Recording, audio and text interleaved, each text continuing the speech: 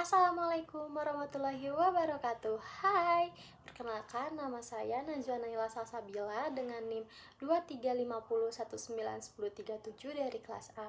Di sini saya akan mempresentasikan tentang kajian penemuan dan pengembangan antikolinergic perifer dengan reseptor muskarinik sebagai antipasmodik. Baik, yang pertama adalah latar belakang. Spasme otot polos pada saluran cerna dan saluran kemih merupakan masalah klinis yang sering terjadi dan dimediasi oleh aktivitas asetilkolin pada reseptor muskarinik, khususnya subtipe M3. Aktivasi reseptor ini menyebabkan peningkatan kontraksi otot polos yang menimbulkan nyeri dan ketidaknyamanan. Antikolinergic perifer dikembangkan untuk menghambat kerja asetilkolin pada reseptor muskarinik sehingga dapat mengurangi spasme tanpa menimbulkan efek samping pada sistem saraf pusat. Oleh karena itu, kajian penemuan dan pengembangan antikolinergic perifer berbasis kimia medisinal penting untuk menghasilkan obat antipasmodik yang selektif, aman, dan efektif.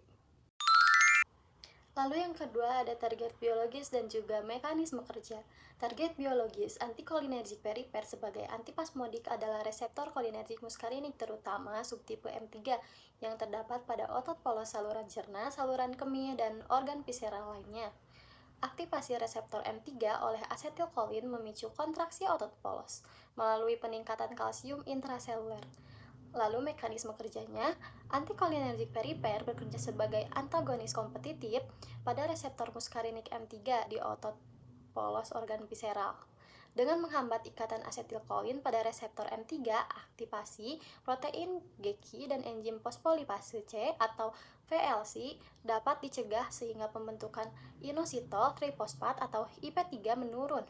Penurunan IP3 menyebabkan berkurangnya pelepasan ion kalsium dari retikulum sarkoplasma sehingga kontraksi otot polos terhambat dan spasme berkurang. Yang ketiga ada kajian penemuan obat. Kajian penemuan obat antikolinergic perifer sebagai antipasmodik diawali dari identifikasi spasme otot polos sebagai masalah klinis yang dimediasi oleh asetilkolin melalui reseptor muskarinik, terutama subtipe M3. Reseptor ini kemudian ditetapkan sebagai target molekuler karena perannya yang dominan dalam kontraksi otot polos organ visceral. Senyawa awal atau lead compound diperoleh dari alkaloid alam seperti atropin dan skopolamin yang diketahui memiliki aktivitas antimuskarinik. Selanjutnya dilakukan karakterisasi farmakofor dan modifikasi struktur untuk meningkatkan afinitas terhadap reseptor muskarinik perifer serta mengurangi penetrasi ke sistem saraf pusat. Proses ini menghasilkan senyawa antikolinergic perifer yang lebih selektif, efektif sebagai antipasmodik dengan efek samping yang sangat minimal. Selanjutnya, pengembangan dan optimasi struktur atau SAR. Pengembangan dan optimasi struktur antikolinergic perifer dilakukan melalui kajian struktur activity relationship atau SAR dengan tujuan meningkatkan selektivitas terhadap reseptor muskarinik perifer khususnya subtipe M3 serta menurunkan efek samping pada sistem saraf pusat. Modifikasi struktur terutama difokuskan pada perubahan gugus amina menjadi amonium quaterner dan pengaturan sifat fisikokimia seperti peningkatan polaritas dan penurunan lipofilisitas.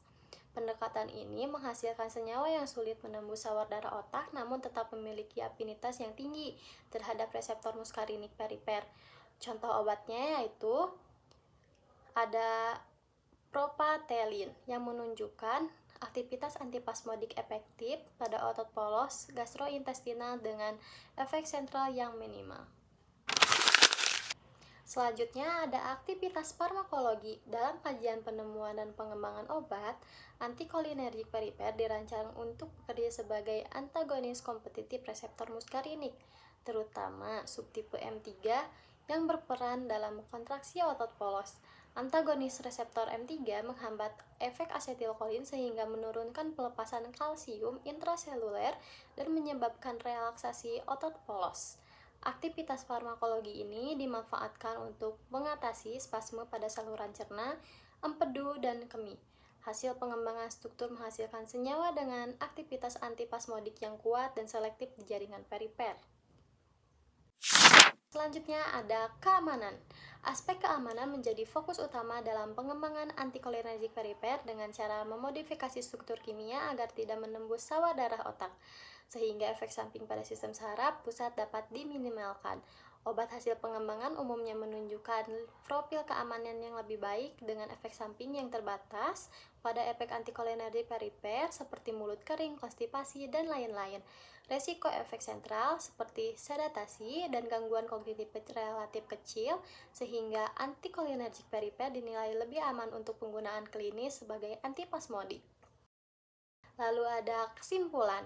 Yang pertama, anticholinergic periper efektif sebagai antispasmodik. Yang kedua, reseptor muskarinik M3 sebagai target utama. Dan yang ketiga, kimia medisinal berperan dalam optimasi selektivitas dan keamanan. Lalu yang keempat, pengembangan obat berbasis SAR sangatlah penting. Baik, mungkin sekian yang bisa saya sampaikan. Mohon maaf bila ada kesalahan. Terima kasih. Wassalamualaikum warahmatullahi wabarakatuh.